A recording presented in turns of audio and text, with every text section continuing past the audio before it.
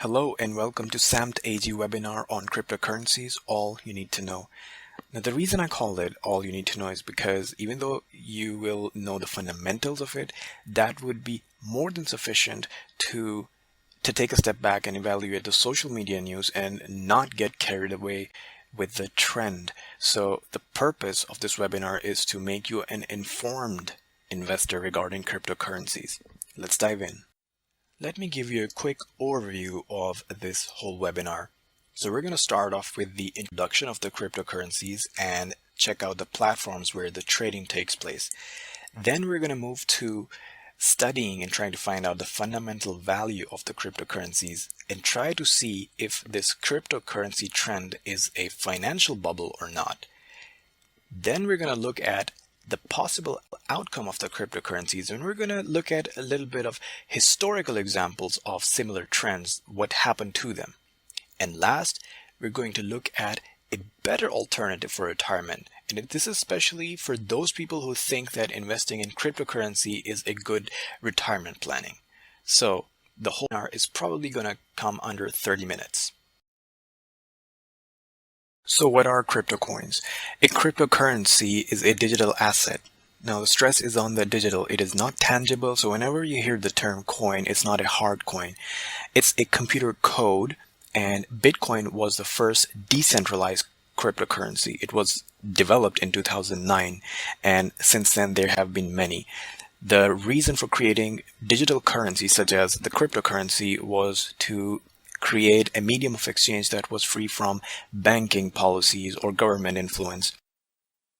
Now, I understand that the production process of cryptocurrencies is sort of a mystery for common people, and the concepts such as the miners or the developers is a little alien. So what happens is that a coin is just a reference term, so it's not a hard coin. It represents an agreed on record of an ownership. So that's what a coin is. So it could be a Bitcoin or Ethereum coin or a Litecoin or a black coin. There are so many. These are generated by miners or computer programmers. And the proof of work is something that represents a coin. It's a little bit complicated, but just understand this, that a computer code refers to a coin and it is produced by programmers. And these are produced on demand. They are not dependent on import-export of a country. So if more people want to buy a certain cryptocurrency, more will be produced. Simple as that. At the moment in 2017, there are over 900 cryptocurrencies, and the reason that you have heard the name Bitcoin so much is because it was the first decentralized currency. It made the concept of cryptos popular, and it is the largest market among the crypto coins. It's probably over $80 billion market right now. And following up are the other minor crypto coins, which are Ethereum, Ripple, and Litecoin.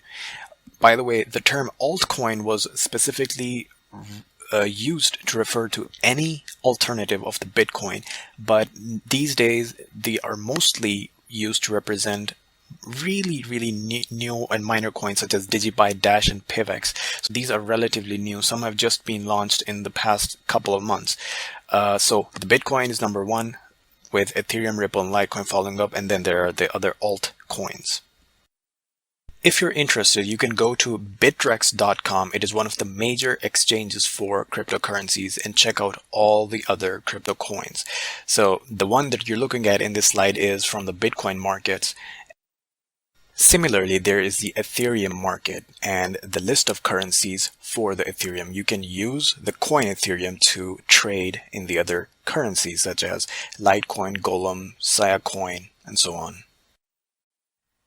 But the majority of crypto trading takes place at Poloniex.com, and this is the main interface you're looking at with the altcoin XCM graph showing. You can start trading Bitcoin in 3 simple steps. First, you need to set up a wallet. Again, just like digital currency, wallet is not tangible. It's just a place on a website where you keep your digital currency. Coinbase.com is the most famous. Number 2, you put your currency, your dollar or euro amount, into your wallet at Coinbase.com. So you connect your payment method, say your bank account, your card, to Coinbase.com and convert your currency like dollar euro into either a Bitcoin, Litecoin, or Ethereum. Number 3, from here on you send your converted currency like Bitcoin, Litecoin, or Ethereum to the exchange, and the major exchanges are Bittrex or Poloniex. And when you have sent the currency at the exchange, here you can start trading. This is the main interface at Coinbase.com. You set up your account, prove you're not a robot, validate your email, your phone number, and you will be given access to your account. After creating your account, this is the main interface. So Bitcoin is selected by default, and you can see the changes since last month. And the tab on top, you see dashboard, buy, sell, send, accounts, and so on. But then you need to connect in the buy and sell tab your bank account information or card, so you could send your currency, your dollar, your euros here, so which are converted into the currency of your choice. So you choose either Bitcoin, Ethereum, or Litecoin for conversion. After you have sent money in your Coinbase.com, now you have created a wallet. Now from this wallet, you are going to send money to the exchange of your choice. So in this case, in this example, we're going to choose Poloniex. So in this recipient bar, you will enter the Bitcoin address or the email address of your exchange, and the money will be sent to that exchange. So here we are at Poloniex.com, and assuming you sent Ethereum from your wallet at Coinbase.com here at Poloniex, so you will be using Ethereum to trade other altcoins. This is the main interface. When you make an account, you will need to get used to the different tabs. This highlighted part is just a snippet of the selected currency, which is LSK. So we can see the 24-hour change is 12%. That's very, very normal. It's quite volatile, so seeing 30 to 40% change in 24 hours is expected. You scroll down a little bit and you will see this tab of buying and selling. Here you will execute the orders. You can enter the desired buy price which you want to buy at, or by default it will show the current buy price. Similarly, on your right side there is the sell side, and by default it shows you the current selling price. You can put your desired selling price in, and as soon as it hits your desired one, it will execute the order.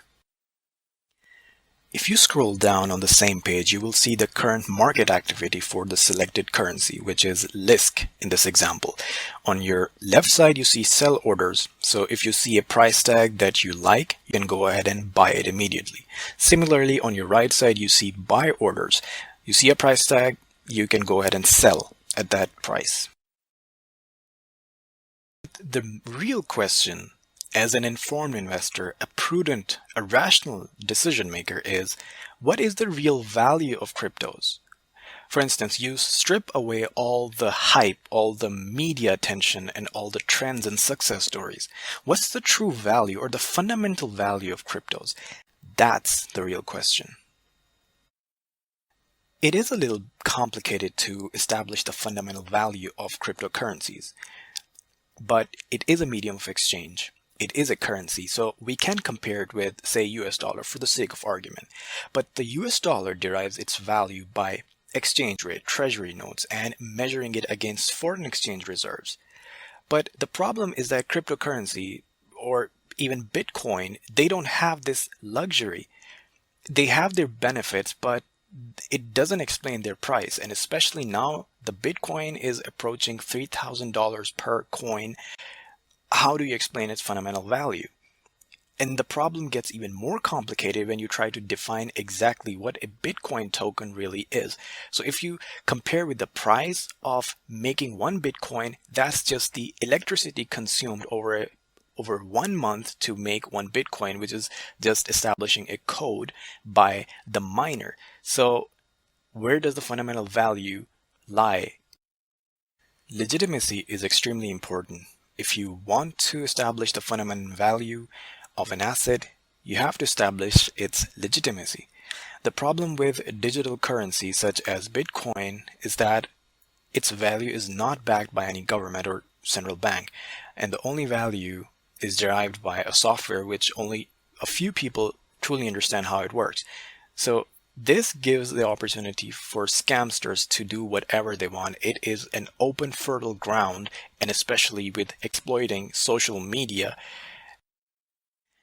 As an analyst, it is imperative that we study the current price of Bitcoin and see what was the reason behind such great jumps in its price. And the answer is it was mainly based on speculation.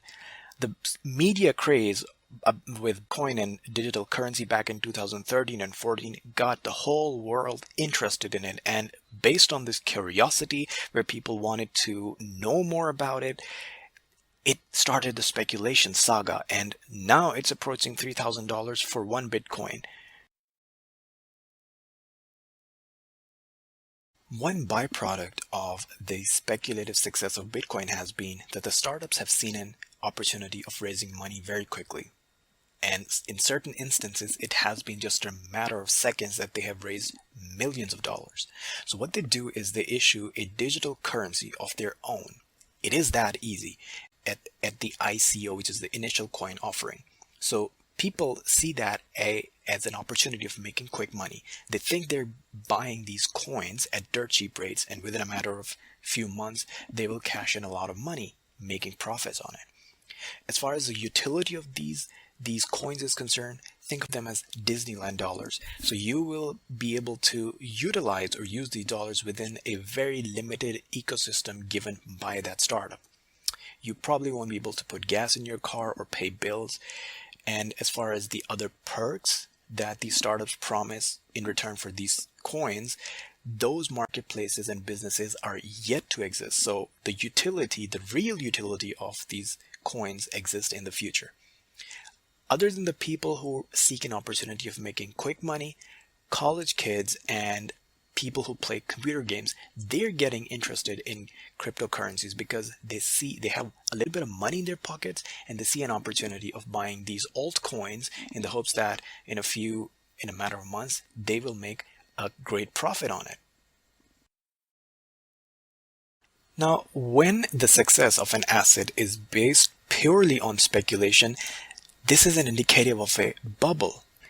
A financial bubble occurs when the value of an asset is way above its fundamental value. And right now, cryptocurrencies, the trend, the historical jump and climb in its price, it's screaming that there's something wrong that needs to be evaluated rationally. One might argue that calling the cryptocurrency trend as a bubble might be just an opinion, and I agree, which is why there has to be a set standard where a trend can be evaluated to decide whether it is a bubble or not, which is why I bring in Hyman Minsky, who was relatively unknown prior to the 2008-9 financial crisis, but his theory of financial instability perfectly described what a financial bubble looked like. So, let's go point by point and evaluate whether the cryptocurrency trend is a bubble or not. So the first stage in a typical credit cycle is displacement, and it happens when investors see or encounter something innovative, something new, and usually it's some new technology, or it can be some jaw-dropping interest rates. And if you look at cryptocurrencies, they are textbook examples of displacement. They offer innovative technology. In fact, they were created back in somewhere around 2009 as an alternative for the usual currencies and a medium of exchanging, conducting business that was free from banking policies or the influence of government. So that's the first step. Cryptocurrency qualifies as a perfect displacement. Well, the second step is the boom phase. And what happens is initially the prices are slow to rise because something is new and people are curious but also skeptical.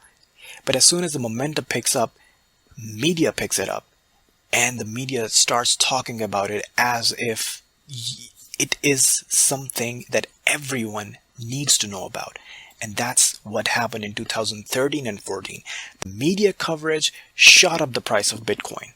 And that was the boom. Next comes the phase of euphoria. So what happens here is the prices of an asset reach their peak and everyone who's getting curious or interested in investing in it is having the same thought, that they do not want to miss out on this great opportunity of making money.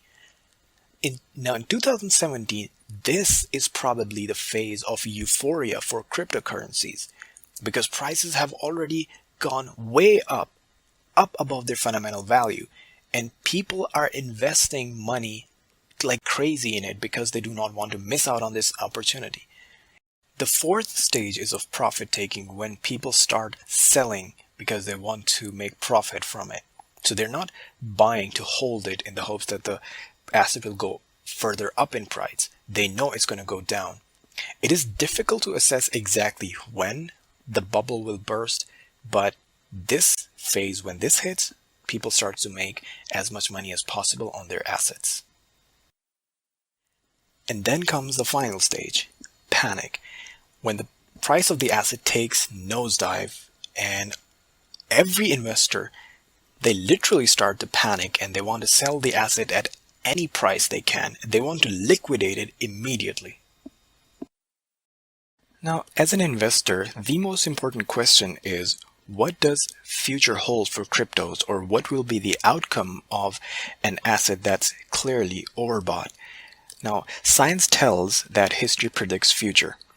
And we have many examples of investments that didn't have any fundamental values. And all cryptocurrencies will go the same way as other investments that didn't have their fundamental values. The assets that only grow if you find someone who can pour more money. So it's kind of like a Ponzi scheme. Let's take a look at the bubbles in history and see if we can find some similarities.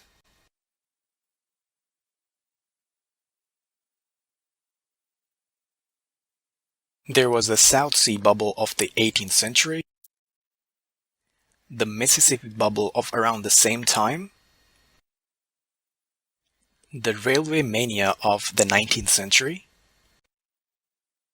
but the most famous bubble was of the Dutch tulip mania of the 17th century. Now, take a look at this graph. Now I'm going to compare it with the graph of the rise in the Bitcoin price over the past few years and see if we can find some similarity. This Bitcoin price graph looks almost the same as the graph of the tulip mania. Now, let me ask you this. Did you collect beanie bags, stamps, Kinder Joy, and discover that they have zero value now? Or, let me rephrase, what have all the bubbles in common? The answer is that they run on things without a fundamental value, and they occur when the market is liquid and people have money in their pockets. Let's understand. For investment, fundamental value is crucial. Fundamental value means that the asset you invest in has real value that's valid even without selling it. For example, the real value of an asset is that it produces goods and pays dividends. The real value of a house is that you can live in it or get a rent payment. And the real value of oil is that you can heat your house or drive a car. But in bubbles, the only value comes from selling the asset to someone else for even more money. Today we laugh at the tulip buyer of the 17th century, but our children will be laughing at the cryptocurrency buyer. As soon as the interest rates go up, all the crypto investors, they will start asking for their money back, and many billion-dollar startups, they're going to declare bankruptcy and a bank run will start on cryptocurrencies. And this will happen in less than a decade from now, maybe in the next couple of years. I'm not against cryptos. You can trade them, but understand this, that their value, all of their value, will become zero, and you should seek to get out of the market before that happens, before the panic starts to set in. I know that some early birds have made a fortune with cryptos, but most mass adapters, like the one who are looking to invest now, they're going to lose all of their investments. There are journalists out there who think that investment in cryptocurrencies is similar to investing in a pension fund or an investment in your retirement. But one thing is certain. It is not a retirement saving when it depends on hype, and cryptos only depend on hype to grow their value. Understand this, that gambling is not retirement planning. A successful retirement has attainable savings, and there has to be a reliable investment plan, and this is very, very important. And after that, there has to be a commitment to sticking with the plan. For instance, Module 1 at SAMT AG, it's perfect for retirement planning. Now, we have fine-tuned the modern portfolio theory. So our long-term lasting core strategy is developed in such a way that the positions, they don't need to be changed for a long time, and under normal circumstances, reinvesting dividends is enough to adjust the assets. Now, you're looking at this graph. It shows our wealth management approach and how it works. So what we do is we choose and combine ETFs in such a way that the result of this combination delivers a superior risk to profit profile when you compare it with a single ETF. So when you look at the other asset managers, they might offer diversified products, but the combination that we provide, it is developed with sophisticated optimized algorithms. Let me give you another example of our scientific concept. This graph that you're looking at compares the Dow Jones Dividend ETF with SAMT Core Portfolio. And this comparison is from the late 2010 to late 2016. Both perform almost the same, but the difference can be seen during the period known as the Greece sell-off, which was around August 2015. Let's take a closer look. The Dow Jones lost 531 points, and SAMT Enduring Core ETF lost almost nothing. And this is because the way we have built and optimized the SAMT Enduring Core and how perfectly it's diversified the way a retirement plan should be, it is built to last and endure over many years in the market. And that's why it behaves more stable than other options. Okay, keep in mind that SAMT Enduring Core is not optimized in a way that it reacts actively to stocks or bonds or market movement and changes its composition of the portfolio. It's optimized in a way that it endures without any changes in bad or good times. When other asset managers might try to time the market and might miss it or even over-optimize, our asset management approach is made to endure through times without any changes. If you would like to know more about Module 1 or about our other modules, you can log on to our website. That's en.samt.ag. Again, you can reach me personally at Nael, that's Nael, at samt.ag. Thank you so much for watching. I hope I have been of help to you regarding cryptocurrencies. I hope to see you soon. Take care. Considering the volatility of cryptocurrencies, it is definitely not a good choice for a sound retirement plan. A retirement plan has to be reliable because in old age, it's not feasible to take risks and be subjected to violent price swings of your invested assets.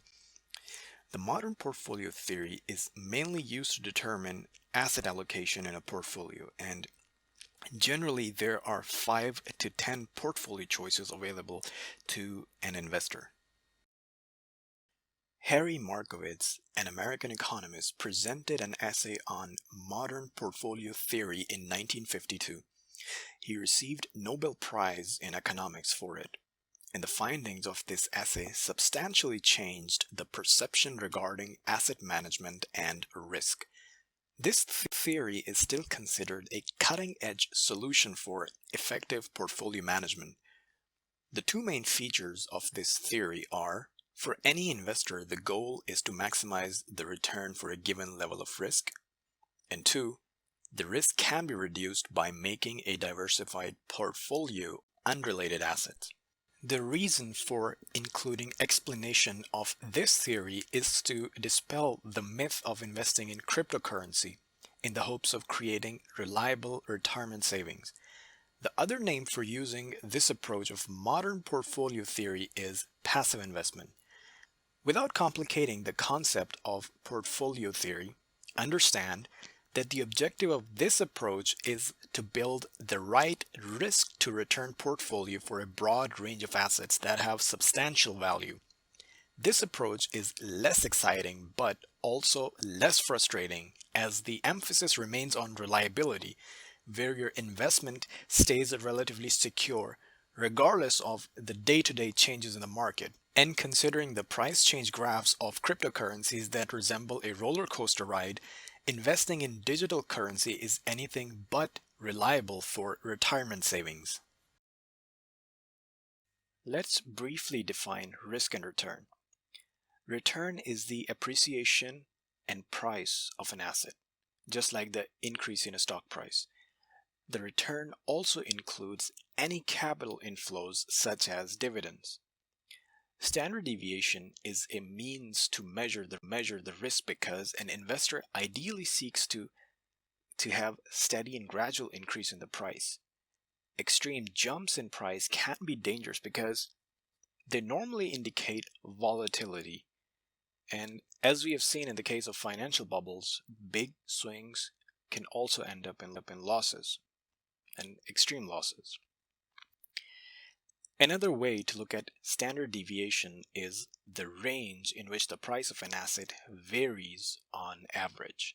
For instance, if the price of an asset shows 10% deviation from the mean with average expected return of 8%, the investor can observe the returns between -2% and 18%. To give you a practical example of Markowitz's portfolio theory, let's assume that there are two portfolios of assets with an average return of 10%. Portfolio A has risk or a standard deviation of 8%, and portfolio B has a risk or standard deviation of 12%. Both portfolios have the same expected return, and any investor will choose to invest in A since it has same expected return as of portfolio B, but with lesser risk. Now, this is the reason you need to understand risk as an analyst, because there is no expected reward without risk. Investors get compensation for bearing the risk, and theoretically speaking, the higher the risk, the higher the return. In our example, it might be very tempting to presume that portfolio B is more attractive than portfolio A, since it has a higher risk at 12% and a potential return of 22%. But there's also the possibility that it will return -2%. Provided that all things remain equal, it's still preferable to hold the portfolio with the expected range of returns between +2% and +18%, because it will more likely get you closer to your financial goals. Risk, as we have seen above, is a welcomed factor when investing because it allows us to reap rewards for taking on the possibility of adverse outcomes. Modern portfolio theory, however, shows that a mixture of diverse assets will significantly reduce the overall risk of a portfolio. Risk, in other words, has to be seen as a cumulative factor for the portfolio as a whole and not as a simple addition of single risks. Assets that are unrelated will also have unrelated risk. Now, this concept is defined as correlation. If two assets that are very similar have similar characteristics, it means that their prices will move in a very similar pattern. For instance, two ETFs or two exchange-traded funds from the same economic sector and same industry are likely to be affected by the same macroeconomic factors. In other words, their prices will move in the same direction for any given event or factor. On the contrary, two ETFs or two exchange-traded funds from different sectors and industries are highly unlikely to be affected by the same factors. This lack of correlation is what helps a diversified portfolio of assets have a low risk, which is measured by the standard deviation, than the simple sum of risks of each asset. Without going into the detail, a bit of math might help explain why. Correlation is measured on a scale of -1 to +1. +1 indicates a total positive correlation, which means that prices will move in the same direction par for par, while -1 indicates the prices of these stocks or two assets will move in opposite directions.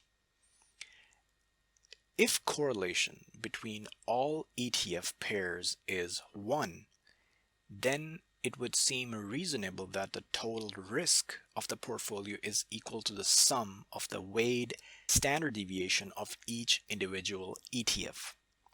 Whereas a portfolio where the correlation of asset pairs is lower than 1 must lead to a total risk that is lower than the simple sum of the weighted standard deviations.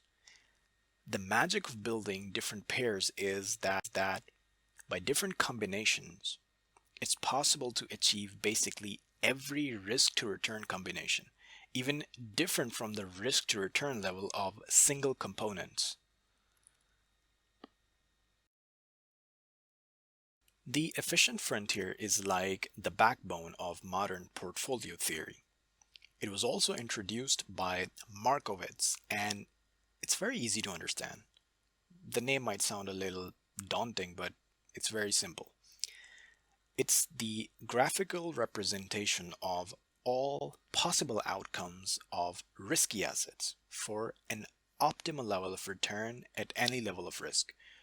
The risk, of course, is measured by the standard deviation.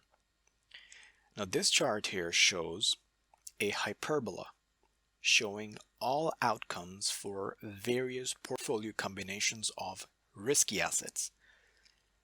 The standard deviation is plotted on the horizontal axis or x-axis and the return on the vertical axis, the y-axis. The straight line, also known as the capital allocation line, represents the portfolio of all risky assets and risk-free assets, which is normally AAA rated government bonds.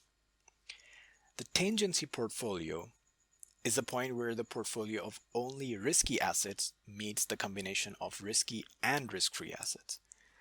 This portfolio maximizes the return for any given level of risk. The portfolio along the lower part of the hyperbola will always have the lower return and a higher risk, whereas the portfolios to the right will have higher returns but higher risk.